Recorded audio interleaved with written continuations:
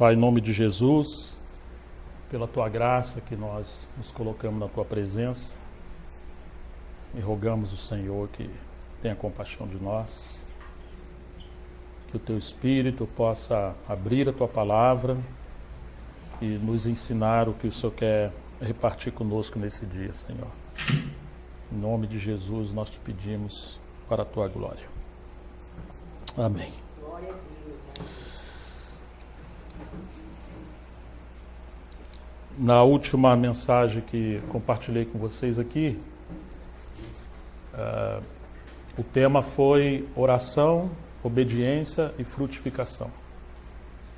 Tivemos vendo que é a vontade de Deus responder todas as nossas orações, quando fazemos orações segundo a sua vontade. E que oração e obediência andam juntos. Nossa vida com Deus é uma vida que requer obediência. E nós devemos orar para que tenhamos graça do Senhor, para que possamos obedecer a sua vontade.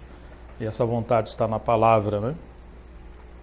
Muitas vezes o cristão ora para Deus falar com ele, mas às vezes ele está orando determinadas coisas que estão em contradição com as Escrituras. E ele espera ouvir uma voz, ou ter um sonho, ou uma visão, ou uma experiência que vá respaldar a direção que ele quer tomar na vida dele. Às vezes, essa voz, esse sonho, essa visão, essa experiência acontece, porque ele está buscando isso. Ele não está buscando exatamente a vontade de Deus. Ele está buscando algo que respalde o engano que já está no seu coração. Deus não responde orações em contradição às Escrituras. Por isso que nós precisamos conhecer a vontade de Deus nas Escrituras. Ainda que Ele é um Deus que fala conosco, mas Ele nunca contradiz as Escrituras, porque o seu Espírito é o Espírito da palavra. Então, que equívoco querer que Deus fale conosco, com o cristão, e o cristão não tem uma vida de leitura à palavra de Deus. Você não pode esperar que Deus fale com você enquanto você mantém sua Bíblia fechada. Precisamos realmente ressaltar e valorizar que as Escrituras é a palavra de Deus, e aqui está toda a vontade de Deus para nós. Quando a gente crê na Escritura e oramos segundo as Escrituras, então o Espírito Santo tem esse ministério de nos encorajar. Ele é o paracleto, ele é o advogado, o ajudador, é aquele que nos dá vida e é aquele que nos encoraja e nos capacita a obedecer à vontade de Deus. Nós não podemos obedecer à vontade de Deus sem o Espírito Santo, mas o Espírito Santo nos encoraja e nos leva à obediência de acordo com as Escrituras. Então, se tivermos uma vida de oração e uma vida de obediência, esse é o segredo para ter uma vida de frutificação. É a vontade de Deus que possamos dar frutos.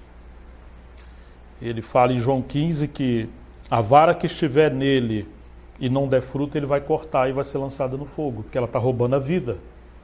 Mas aquela vara que produz fruto, ele limpa ou poda para que dê mais fruto ainda.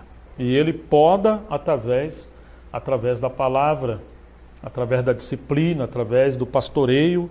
O Senhor vai cuidando de nós. Então, o Senhor quer que venhamos ter uma vida frutífera, tanto em relação à transformação de vida ou à formação de Cristo em nós, como também a questão de desenvolver os talentos, os dons na igreja, no ministério, nos serviços e a salvação de almas. Essas três coisas devem andar juntos. Mudança de vida, ou fruto do Espírito Santo em nós, isso é uma vida frutificando. A multiplicação dos talentos ou os serviços na igreja e ganhando almas para o Senhor, produzindo pela graça de Deus ou buscando da graça de Deus termos filhos na fé. Já pensou, se passam-se tantos anos, a nossa vida continua a mesma?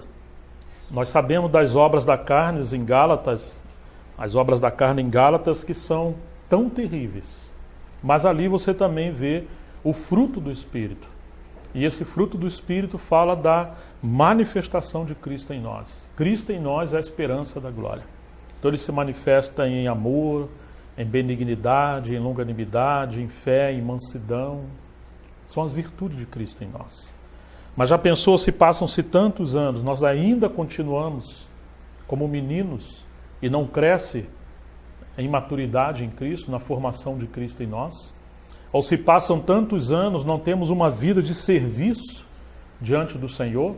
Nós continuamos sendo as mesmas pessoas que estão girando as suas vidas em torno de nós? E se passam tantos anos, nós não temos pregado o Evangelho, orado pelas pessoas que não caminham, e às vezes nem um folheto ou buscar uma pessoa para reunião nós fazemos? Então deveria questionar se realmente houve o novo nascimento na vida de um cristão assim. Uma vez que há regeneração, o Espírito Santo quer fazer essa obra de maturidade e crescimento em nossas vidas. E infelizmente tem havido muita estagnação, porque essas três coisas têm sido abandonadas: uma vida de oração, uma vida de obediência e uma vida de frutificação. O cristão deveria amar a oração, porque orar é comunhão com Deus. Orar é ser amigo de Deus. Orar é a respiração do cristão. O cristão que não ora, ele está cometendo um suicídio. O cristão que ama a Deus deveria obedecer a Deus. Obedecer especialmente para agradar a Deus, para viver uma vida para a glória de Deus. Às vezes não temos força, mas poderemos pedir ajuda.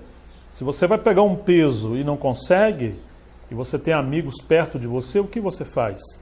Ô, meu amigo, dá uma mãozinha aqui para a gente levantar esse móvel, essa geladeira, essa máquina. Vocês me ajudam? Se nas coisas naturais são assim, deveriam ser assim também nas coisas espirituais. Às vezes o nosso orgulho ele é tão tenaz, tão enganoso, que preferimos ser destruído com a omissão, com o individualismo, com uma vida escondida, do que ser salvo pela humildade de pedir ajuda e trazer a público os nossos problemas.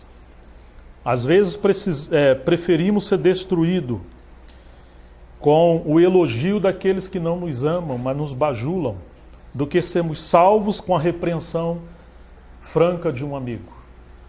Se você realmente ama o Senhor, se amamos o Senhor, devemos amar a oração, a obediência e devemos nos entregar para termos uma vida de frutificação. Deus nos livre de ser pessoas inúteis.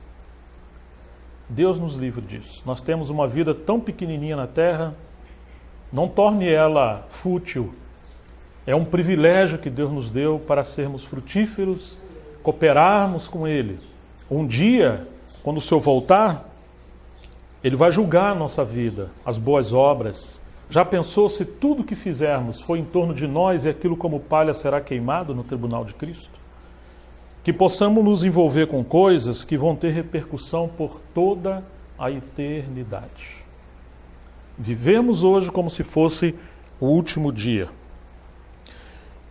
Embora outra mensagem falamos um pouco sobre esse caminho no contexto individual da vida cristã e apontamos para a vida coletiva, nós vamos avançar tomando alguns textos da palavra do Senhor e vamos ver esse aspecto da questão da oração, da obediência e da frutificação no contexto coletivo, no contexto de assembleia e até um pouco no contexto da família.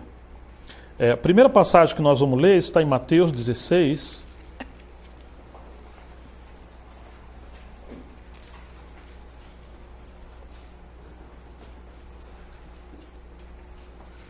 Mateus 16. Depois que Pedro confessa que Jesus é o Cristo, Filho do Deus vivo, no versículo 19, o Senhor fala assim: e eu te darei as chaves do reino dos céus, e tudo que ligares na terra será ligado nos céus, e tudo que desligares na terra terá sido desligado nos céus. Jesus revela um desejo profundo de que a sua autoridade, que é dada nos céus e na terra, ela também fosse compartilhada com os seus companheiros. Ele não precisa de nada nosso. Ele é soberano, ele é pleno em si mesmo. Mas o seu desejo é compartilhar a sua obra conosco, a sua obra com o seu povo. Então ele nos chama. E aqui nós encontramos o Senhor entregando as chaves do reino a Pedro.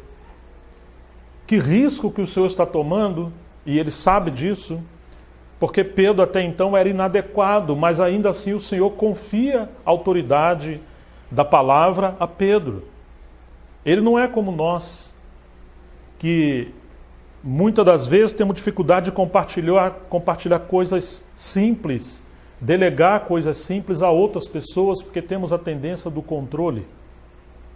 Normalmente não confiamos coisas às pessoas que Deus colocou ao nosso lado, porque temos uma tendência a controlar, a ser senhor das coisas e não servo. O Senhor entregou as chaves do reino a Pedro.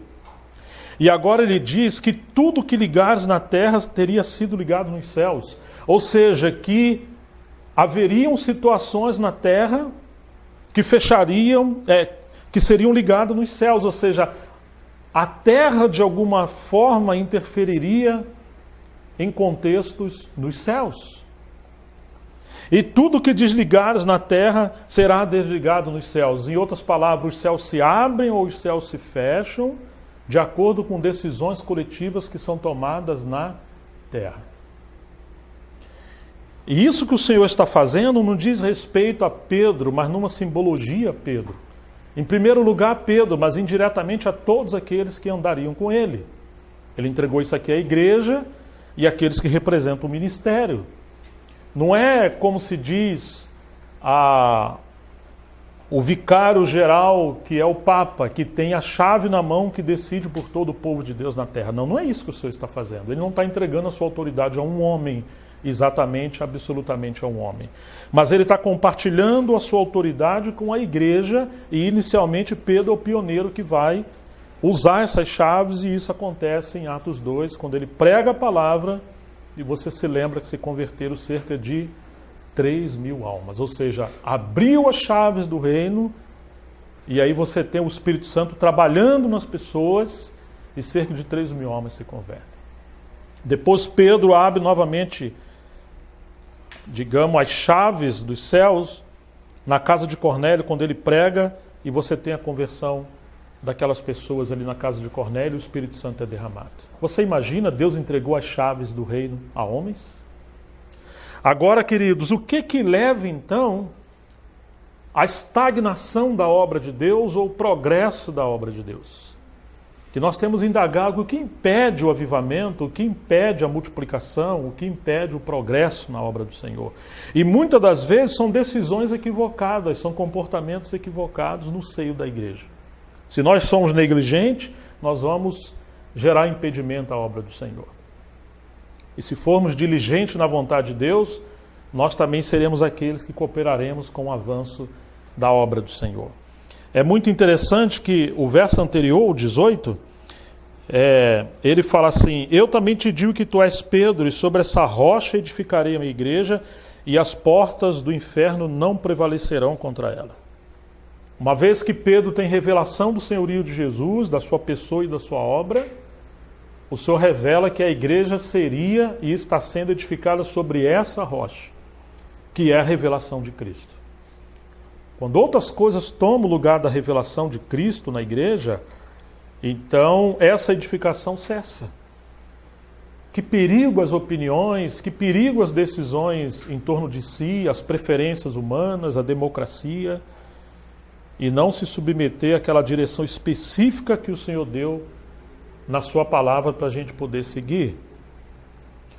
Quando há a revelação do Senhor, quando nós trabalhamos pelos interesses de Cristo, não é pelo seu bem-estar ou meu bem-estar, não é para, digamos, evitar pregar a mensagem da cruz para não magoar, entristecer pessoas, porque elas vão embora e a igreja vai diminuir. Não, isso não seria o ambiente da igreja. A igreja é um ambiente para a glória de Deus. É um ambiente onde a verdade de Deus deve ser pregada e é a casa do Senhor onde deve conter a sua glória. Mas ele está dizendo que as portas do inferno não iam prevalecer contra ela. Quando? Quando ele fosse pregado. Quando, de fato, houvesse revelação, quando as pessoas se decidissem se posicionar por Cristo.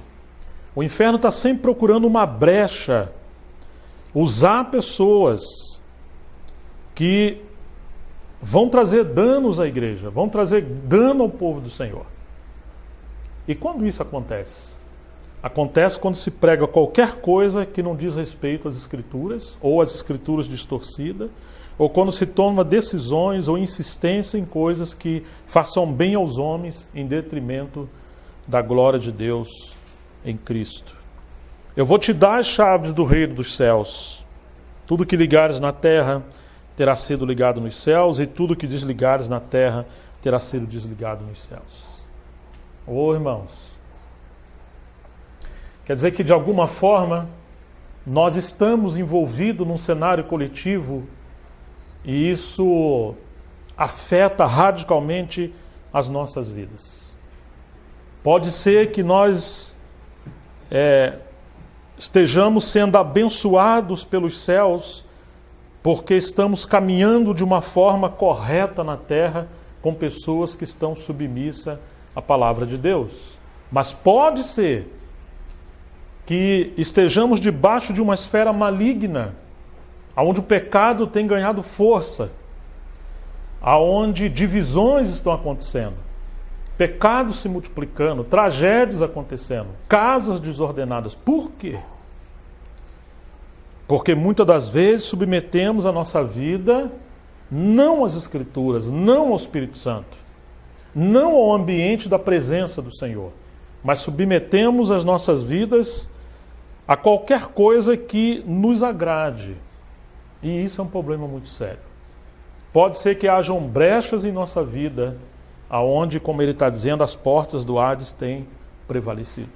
E nós precisamos confrontar isso.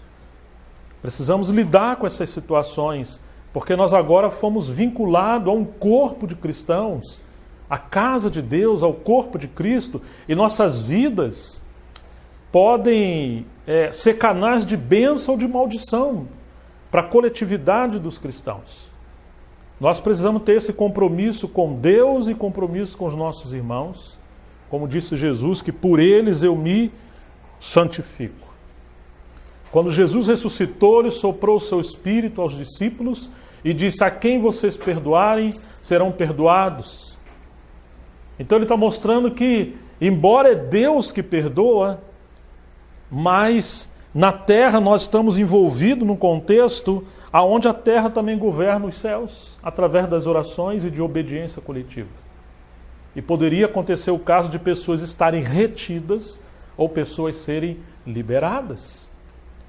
Alguns criticam os católicos quando eles procuram suas autoridades para confessar os seus pecados. Mas isso é bíblico, no sentido de que devemos procurar aqueles que nos pastoreiam e aqueles irmãos que Deus nos vinculou para procurarmos a liberação dos céus pela confissão de pecados e o perdão dos nossos irmãos. Nós muitas vezes queremos nos dirigir só a Deus. Deus fala: não, mas peraí, agora tem uma casa, agora tem comunhão, e tem coisa que já não vamos mais a Deus diretamente, nós vamos a Deus indiretamente. Quando? Quando nós sujeitamos as nossas vidas na comunhão dos santos e ali nós oramos ao Senhor. Existem coisas que impedem a oração e existem coisas ou posições que liberam as orações e Deus responde. Algumas coisas são individuais, outras são coletivas. No que diz respeito a individual, entra no teu quarto, fale com Deus que te vê em secreto, te ouve em secreto, Ele te recompensará. Ah, mas tem coisa que o Senhor vai falar assim, que se você vem trazer a sua oferta diante do altar e se lembrou que teu irmão tem algo contra ti, então você deixa ali a sua oferta e vai retratar, ou vai ter primeiramente com o seu irmão. Não foi isso que o Senhor falou? Não vem a mim primeiro, vai a ele. Porque existem situações que vão impedir a sua resposta, de Deus responder suas orações. Olhe, por exemplo, o que Pedro vai dizer em 1 Pedro, capítulo 3. E Pedro andou com Jesus, obviamente, ele está simplesmente ampliando ou aplicando, contextualizando os ensinamentos de Jesus no seu ministério que ele pregava e pastoreava as pessoas. 1 Pedro 3,7 diz assim: igualmente vós, maridos, coabitai com elas, com as esposas, com entendimento, dando honra à mulher como vaso mais fraco, como sendo vós os seus co-herdeiros da graça da vida, para que não sejam impedidas as vossas orações. Você está vendo o que Pedro está falando? Não adianta, marido, você querer orar a Deus se você distrata a tua esposa. O que revela a sua intimidade com Deus, ou o seu conhecimento de Deus, é a forma como você ama, convive e serve a tua esposa e a sua casa. Você pode ser um teólogo, mas se você não honra a sua mulher, você não conhece a Deus. Você pode jejuar por dias, mas se a sua casa está trincada, Deus não ouve as suas orações. No sentido do casamento. Você está vendo o que Pedro está dizendo? Que tem coisas que impedem as orações. E aqui ele está falando do contexto de família. O que adianta você orar com a igreja se você não ora com a tua esposa? Lastimavelmente, os dias de hoje, encontramos poucos casais que oram juntos. Quando que os casais deixam de orar junto, muitas das vezes? É quando eles têm conflito. É quando o relacionamento não está saudável. É quando não há liga, não há amor, não há honra, não há vida. A melhor coisa a fazer é se afastar um do outro. Naquelas coisas que representam a nossa intimidade. E aqui está falando da intimidade do casal com Deus. Então, se nós vamos falar de uma vida de oração, de obediência e frutificação, também devemos considerar que Deus quer oração na família ou no casal e oração na igreja. E que o nosso casamento precisa ser um casamento que tenha oração, que tenha obediência no casamento e que tenha uma vida de frutificação. Tem casais infrutíferos que produz morte, não produz vida.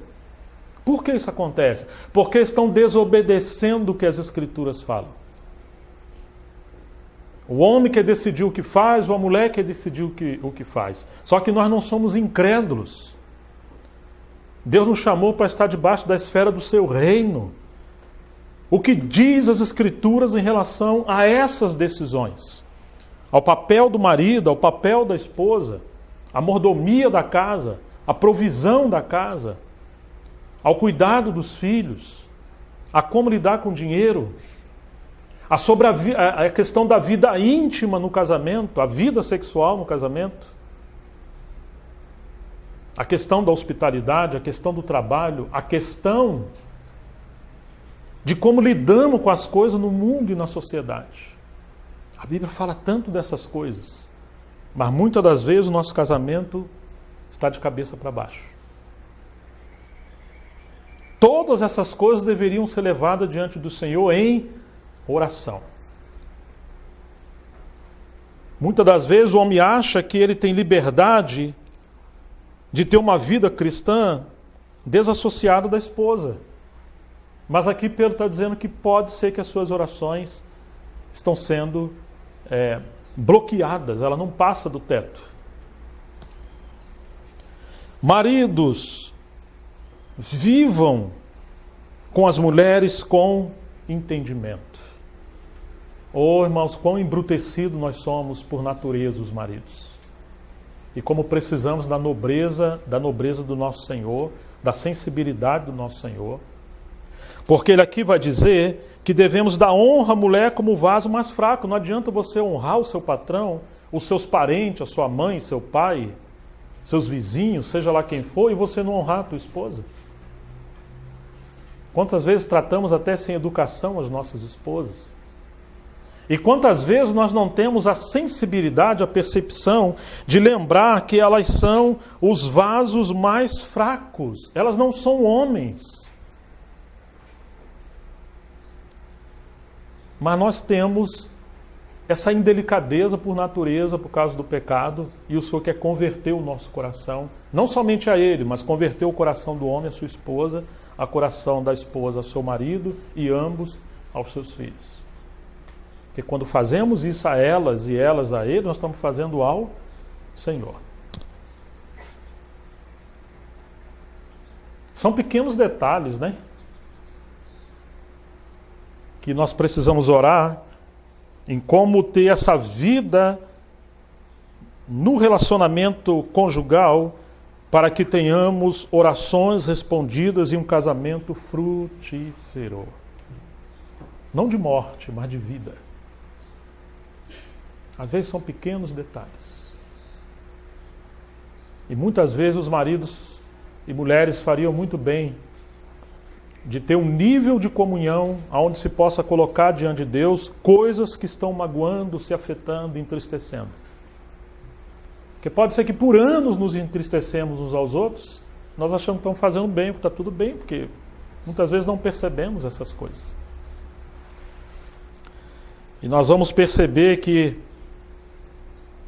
nós seremos complementados uns com os outros no casamento, quando temos essa liberdade e devemos buscar isso de ouvir uns aos outros. Tem coisa que o marido acha que é desnecessário. Não sei por que a mulher se preocupa com aquilo. Mas você tem que lembrar que ela é mulher.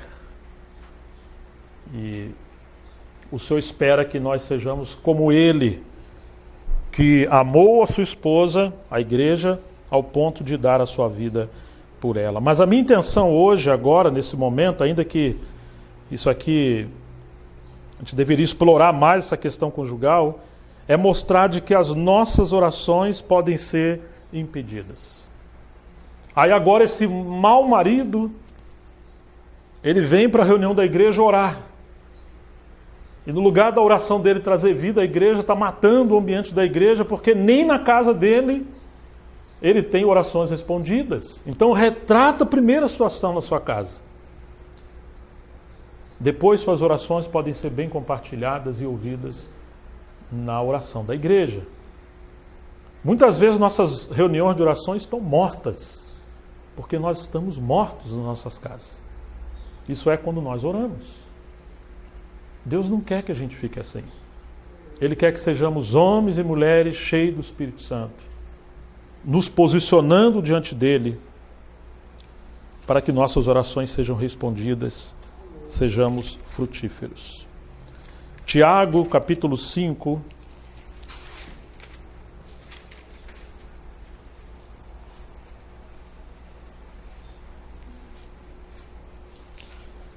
Verso 13. Diz assim: está alguém entre vós aflito? Tiago 5,13. Está alguém entre vós aflito? Faça o quê? Tá vendo a sensibilidade? Às vezes nós pegamos irmãos aflitos, falamos, irmão, vamos louvar o Senhor. Mas não é isso que a Bíblia está dizendo. A Bíblia está dizendo que nós devemos orar. Nós devemos nos alegrar com os que se alegram, mas também devemos chorar com os que choram. Então, quando nós percebemos que tem irmãos aflitos entre nós, devemos ter essa percepção de orar. Amém? O que mais que diz? Está alguém contente? Aí sim. Cante louvores. Está alguém entre vós doente? O que a Bíblia diz para fazer? A nossa tendência é liga para o médico. vai no hospital. Não é errado você fazer isso aí. Mas ele está querendo nos trazer para essa esfera do reino de Deus, desse privilégio de conhecer o Senhor, do porquê que muitas das vezes, inclusive, estamos doentes. Mas chamar, nós às vezes não queremos incomodar. Parece que você está sendo muito educado, mas na verdade, às vezes é o orgulho. Nós somos tão orgulhosos que nem queremos que os irmãos saibam que nós estamos doentes. Como se nós fôssemos querubins, nós somos seres humanos. Claro, se existe coisas simples, você comeu, te fez mal, vai ter O erro foi que você comeu errado, né? Ou se você tem problema de pressão alta e você está comendo sal e outras coisas. Então você tem que tratar aquilo ali. Mas existe algum tipo de doença que você pode gastar todo o seu dinheiro e aquilo ali não será resolvido. Por quê, irmãos? Porque já não é apenas uma coisa natural.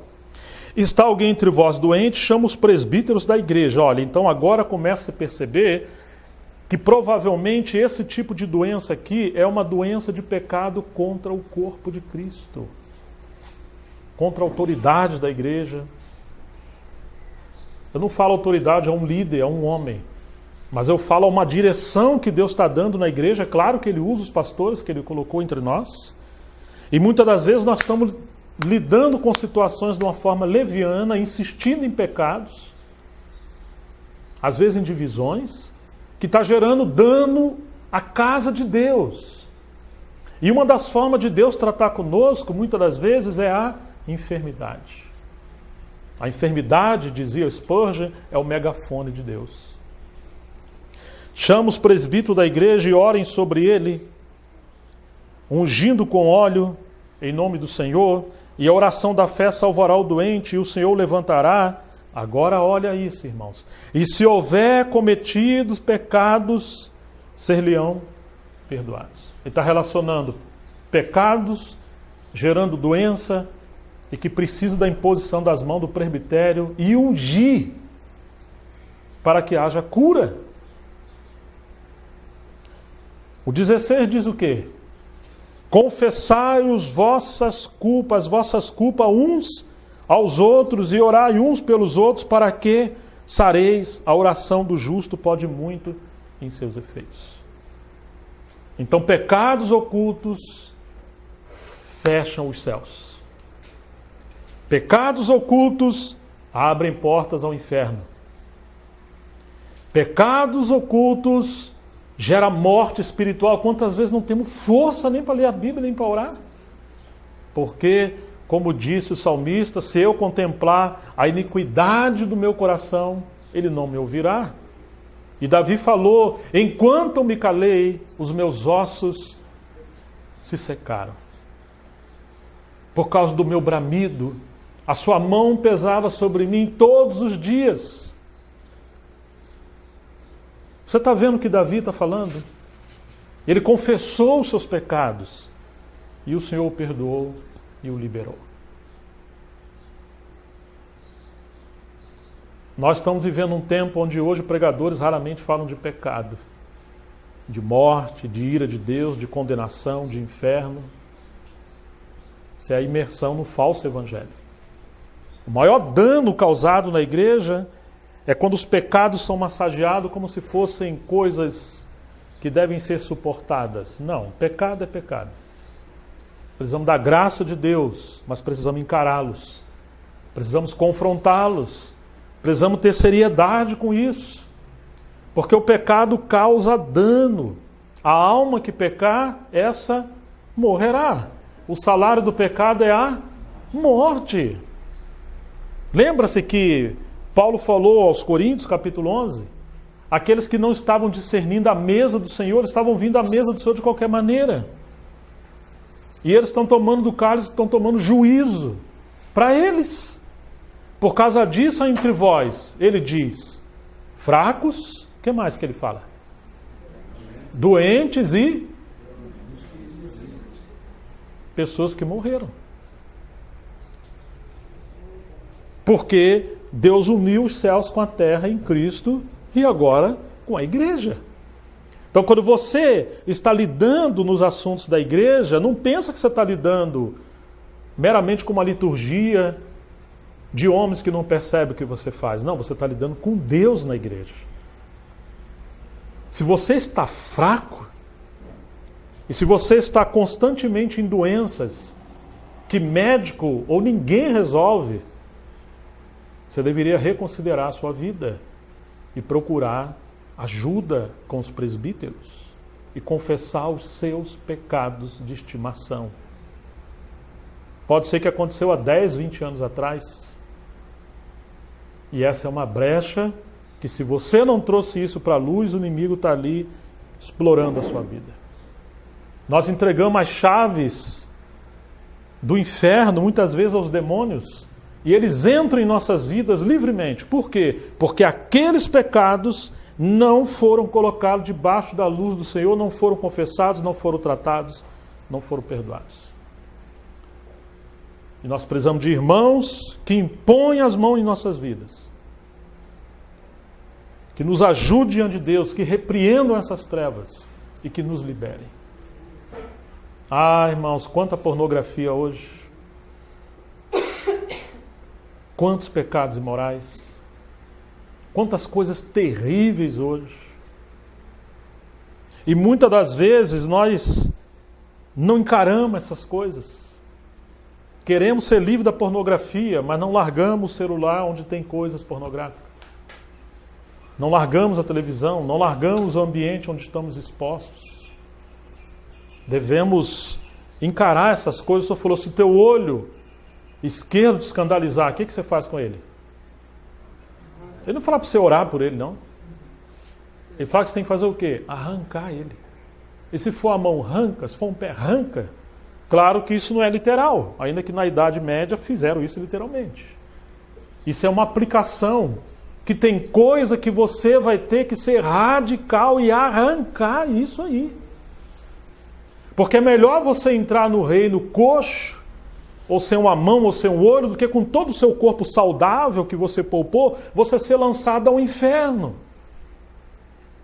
E é isso que muitas vezes acontece. As pessoas estão vivendo uma vida de inferno, sendo torturados pelos demônios, na sua mente, no seu sono, na sua alma, e quem sabe vão ao inferno literalmente em breve, do que preferir cortar aquelas coisas, aquelas amputações que vão nos trazer o benefício de sermos pessoas livres para Deus, livres para os nossos cônjuges, livres para os nossos familiares, nossos filhos, e sermos úteis à sociedade e ao Senhor. Confessai as culpas uns aos outros, orai uns pelos outros, para que sejais libertos, sarados. A oração do justo pode muito em seus efeitos. Irmãos, hoje nós vamos ficar por aqui, nós temos uma limitação de tempo, mas esse é um assunto que nós devemos ter temor diante do Senhor. Oração, obediência e frutificação coletiva. Se a nossa vida está bloqueada, nós não temos vida, nós temos graça. Nós estamos cambaleando como moribundos miseráveis. Pode ser que nós estamos em pecados. E como disse João, se alguém vê o seu irmão pecar, pecado que não é para a morte, ore e Deus lhe dará vida. Você precisa de vida, eu preciso de vida. E às vezes não temos uma vida de obediência e por isso nossa vida está travada em tantas áreas, irmãos. Às vezes é financeira, às vezes é na saúde, às vezes é no trabalho, às vezes é na vida espiritual, às vezes é nos dons. Irmãos, há uma infinidade de coisas. Deus tem misericórdia de nós. Mas Ele espera que nós lembremos que tem hora que não adianta você ir diante de Deus, você precisa se arrepender ou para a tua esposa, ou a esposa ao marido, ou para os irmãos, mas nós vamos ter que tratar as coisas na terra para que os céus se abram e a nossa vida volte a ser uma vida sob a bênção do Senhor. Que possamos ter uma assembleia de irmãos cheia do Espírito Santo, cheia de graça e de orações respondidas. Nós oramos, Senhor, salva as almas, Mas como Ele poderá salvar as almas? Se as nossas vidas estão retidas porque nós não enfrentamos as coisas que devemos enfrentar. Nós, às vezes, estamos impedindo a multiplicação da obra do Senhor quando nós deixamos de enfrentar as coisas que temos que enfrentar. E nos submeter. Isso é uma palavra para mim, primeiramente. Isso é uma palavra para todos nós. Que Deus nos abençoe e nos ajude que nossas vidas, nossas casas, nosso casamento, sejam filhos, todos nós tenhamos uma vida ajustada diante do Senhor, para que você seja uma bênção na igreja. Aonde você congrega, nós sejamos instrumentos de bênção aos nossos irmãos. Vamos orar ao Senhor. Pai, em nome de Jesus, nós queremos colocar nossas vidas diante dessa palavra nas mãos do Senhor. E te rogar, livra-nos de ser religiosos, de nos enganar nós mesmos com falsos discursos, com orações largas e longas e bem adornadas com palavras espirituais, mas que no nosso secreto e na nossa casa nós não temos tratado com os pecados, Senhor, e não temos trazido a realidade das coisas diante do Senhor. Não nos permita viver levianamente na casa do Senhor, mas que sejamos uma bênção como membros do corpo de Cristo aos nossos irmãos. Amém. Nós temos orado para que o Senhor encha a Assembleia do Espírito Santo, levante homens e mulheres para te servir, que almas sejam salvas. Então não permita que haja algo entre nós que impeça a tua obra. E também nos dê graça, Senhor, se estamos impedidos em várias coisas. Nos dê graça, Senhor, para humildemente pedir a tua ajuda, buscando os nossos irmãos, naquelas coisas que nós mesmos não conseguimos resolver. Que o Senhor nos ajude a ter uma vida espiritual prática, que possamos, ó Deus, viver uma vida de obediência e praticar a tua palavra, Senhor. Nós oramos e te agradecemos por esse tempo. Em nome de Jesus, nosso Senhor. Amém. Amém.